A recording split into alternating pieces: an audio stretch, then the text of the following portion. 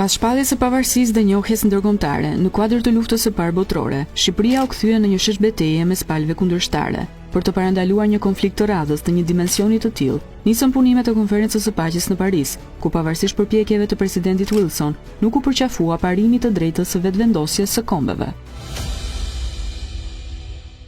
Në janar 1919, qeveria e Durrësit me në krye Turhan Pashën dërgoi në Paris një delegacion në konferencën e paqes, e cila bëri bashkë fuqitë aleate fituese të luftës së parë botërore. Krahas përfaqësisë zyrtare shqiptare, morën pjesë dhe delegacione të tjera nga kolonitë e diasporës. Pretendimi i palës shqiptare për korrigjimin e kufive, të caktuar në konferencën e ambasadorëve në Londër, u shpërfill. Sipas marrëveshjes së nënshkruar më 29 korrik 1919 mes ministrit italian të punëve të jashtme Titoni dhe kryeministrit të Greqisë Venizello, përmbushej kërkesa greke për aneksimin e Korçës dhe të Gjirokastrës, ndërsa Athina do të përkrahte aneksimin e krahinës së Vlorës për Italisë dhe mandatin e saj mbi shtetin shqiptar të cunguar.